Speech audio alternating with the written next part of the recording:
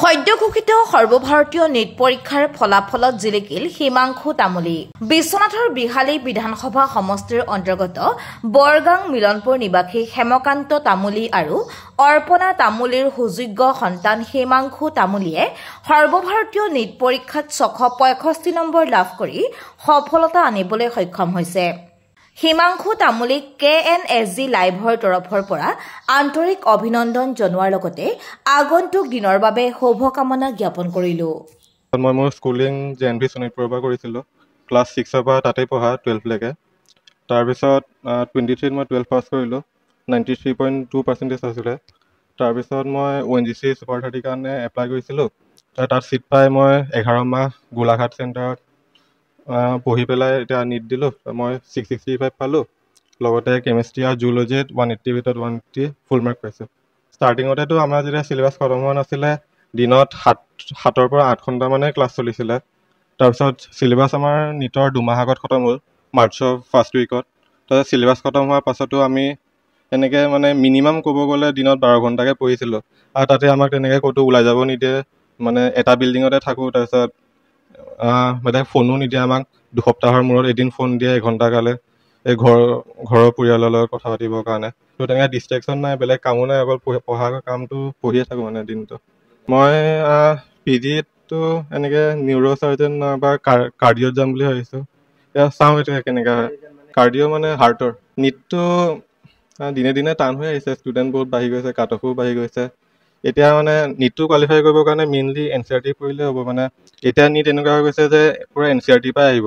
তো স্পেচিয়েলি ক'ব গ'লে বায়'লজি, অৰ্গেনিক কেমেষ্ট্ৰি আৰু ইনঅৰ্গেনিকৰ কাৰণে NCERT চকুমুদি পঢ়ি গ'লে ভাল মাৰ্কছ আহি যাব। ইফালেতো বাচিলে আৰু ফিজিকেল কেমেষ্ট্ৰি আৰু ফিজিক্সটো ফৰ্মুলা বেছড হয়, ফৰ্মুলাৰ পৰা হৈ যায়। তো এনেই NCERT তাৰপিছত এনেকৈ যিমান পঢ়োঁ তেনেকৈ সিমান কুৱেশ্যন প্ৰেক্টিছ কৰাটো ইম্পৰ্টেণ্ট হয়। তাৰপিছত কুৱেশ্যন এক্সাম দিয়াটো ইম্পৰ্টেণ্ট হয়। মানে এক্সাম মানে টাইম মেনেজমেণ্টটো তেতিয়া লাষ্টলৈকে আহি যায়। তাৰপিছত মানে এক্সামৰ যোনখিনি ভুল হয় সেইটো এনালাইজ কৰাটো ইম্পৰ্টেণ্ট বহুত, যাতে মানে ছেম মিষ্টেকটো আকৌ ৰিপিট হৈ নাথাকক। এবাৰ কৰা ভুলটো কি ভুল কৰিলেও চাব লাগে এইবিলাক। আমি ভাবিছোঁ যে এনেকৈ লগৰবিলাকৰ লগত মিলি পেলাই এনেকৈ গাঁও এলেকাত দুখীয়া পিছপৰা জেগাত এনেকৈ ৰুৰেল যেনেকৈ কেম্প চেম্প ৰাখে স্কুলবিলাকত, তেনেকৈ কেম্প চেম্প কৰিম বুলি যিমান পাৰোঁ নিজৰ ফালৰ পৰা দুখীয়া মানুহক ফিট কৰিব ট্ৰাই কৰিম। ল'ৰাই কষ্ট কৰিছে সেইকাৰণে পাইছে, আৰু মানে সৰুৰ পৰাই মোটামুটি ভাল গাইড দিছিলোঁ।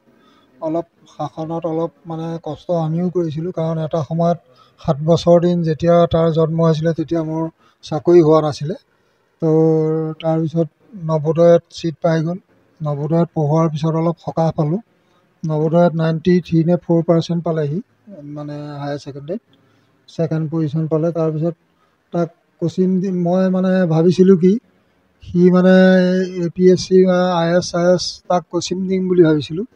সি মানে তৎক্ষণাত হায়াৰ ছেকেণ্ডেৰী পৰীক্ষা দি আহিয়ে সি মানে মতলবটো সলাই দিলে।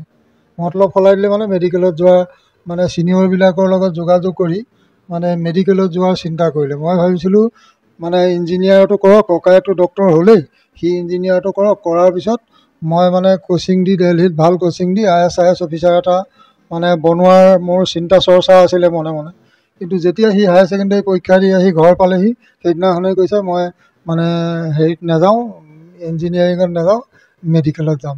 মেডিকেলত যাম বুলি কোৱাৰ পিছত সি মানে মোটামুটি মেথছত আগতে 100ত পায়, মেডিকেলত যোৱাৰ পিছত মেথছৰ প্ৰশ্নই নাহে আৰু। তাৰপিছত যোৰহাট Super 30ত মানে এডমিশ্যন দিলোঁগৈ। Super 30 মানে এনেকুৱা হয় বস্তুটো, তাতো মানে এণ্ট্ৰেঞ্চটো ইমান টাফ পাতে নহয়, মানে সেইটো এণ্ট্ৰেঞ্চত যে পাব মই সেইটোও ভবা নাছিলোঁ। মানে অৰেলি যি দুটা এণ্ট্ৰেঞ্চ পাতে, স্কুলতেই থাকোঁতেনো এবাৰ পাতিছে, নেক্সট মানে সিহঁতক মাতি পেলাই আকৌ তাত এণ্ট্ৰেঞ্চ পাতিছে যোৰহাটত, সিহঁতৰ চেণ্টাৰত, কোচিং চেণ্টাৰত পাতি আকৌ এদিন একদম প্ৰেক্টিকেল বৰ্ডত লিখিবলৈ দি এণ্ট্ৰেঞ্চ পাতিছে, মানে ইকুৱেশ্যন বুজাবলৈ দি পেলাই। তাৰপিছত যেতিয়া পাই যোৱাৰ পিছত আৰু যোগাযোগ বিচ্ছিন্ন। মানে এটা কয়দী যেনেকৈ জেলৰ ভিতৰত থাকে, লকআপৰ ভিতৰত যেনেকৈ থাকে, তেনেকৈ 11 মাহ দিন ধৰি একদম 24 ঘণ্টাই মানে অকল পঢ়াৰ বাহিৰে অন্য, কাৰণ মোবাইল চোবাইল নিদিয়ে, যোগাযোগ নাই ঘৰৰ লগত। 15 দিনৰ মূৰত সন্ধিয়া টাইমত মানে আধা ঘণ্টাৰ কাৰণে পেৰেণ্টছৰ লগত কথা পাতিবলৈ মোবাইল চোবাইল দিয়ে।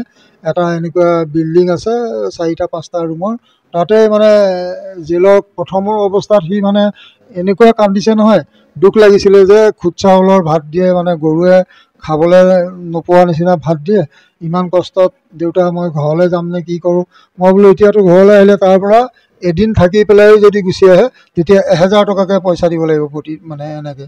তেতিয়া 20 দিনমান যোৱাৰ পিছত সি একদম নিজেই কনফিউজন, মই নাযাওঁ আৰু এতিয়া খাবলৈ নাপালেও মানে খুদ চাউল এটা খাবলৈ নাপালেও মই এতিয়া নাযাম আৰু মানে।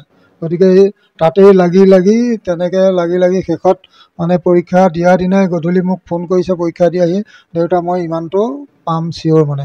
কেমেষ্ট্ৰি আৰু বায়'লজিত ফুল মাৰ্ক পাইছে আৰু বাকী দুটাত অলপ কমাৰ কাৰণে অলপ হেৰি হৈ গ'ল আৰু সেইটোৱে আফচোচ। গতিকে মই ভাবিছোঁ সি এজন ভাল সুচিকিৎসক হওক দুখীয়া ৰাইজৰ, কাৰণ আমিও সেই দুখীয়া অৱস্থাৰ পৰা এইটো অৱস্থা পাইছোঁহি।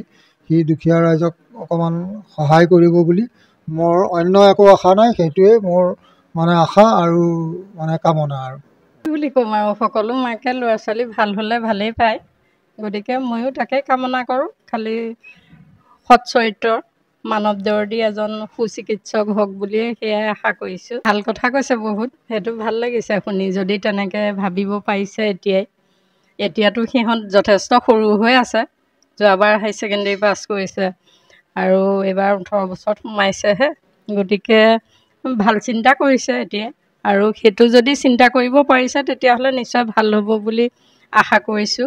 আৰু ৰাইজৰ আশীৰ্বাদ, সকলোৰে আশীৰ্বাদ আৰু শিক্ষাগুৰুসকল, ছুপাৰ 30 টিচাৰ বা যিসকলে গাইড কৰিছে মেনেজাৰ সেই সকলো, আৰু লগতে ওচৰ চুবুৰীয়া বা সকলো মিতিৰ কুটুম সকলোৱে যিখিনি আশীৰ্বাদ কৰে, সকলোৰে সহযোগিতাত এজন সন্তান সৎ চৰিত্ৰৱান আৰু মানে তেওঁ সফলতাৰ খোজত আগবাঢ়ি যাব পাৰে বুলি মই ভাবিছোঁ।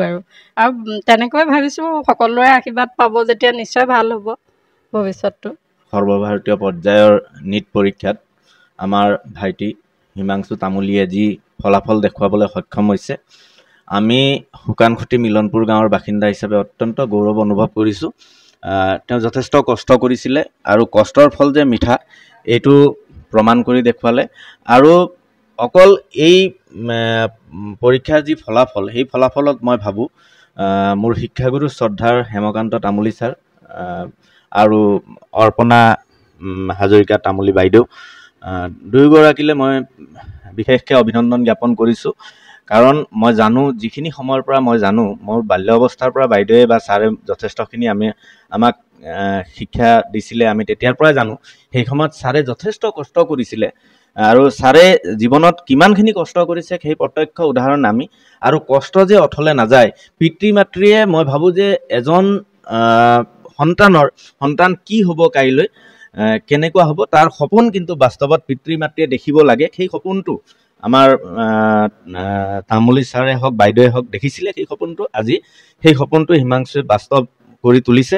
ভৱিষ্যত দিনত হিমাংশুৰ মই উজ্জ্বল ভৱিষ্যত কামনা কৰিছোঁ আৰু আগন্তুক দিনবিলাকত তেওঁ এজন সুচিকিৎসক হওক, এজন সুনাগৰিক হিচাপে গঢ় লওক আৰু সমাজৰ হৈও কাম কৰক, দেশৰ হৈ কাম কৰক, সেই আশা কৰিছোঁ।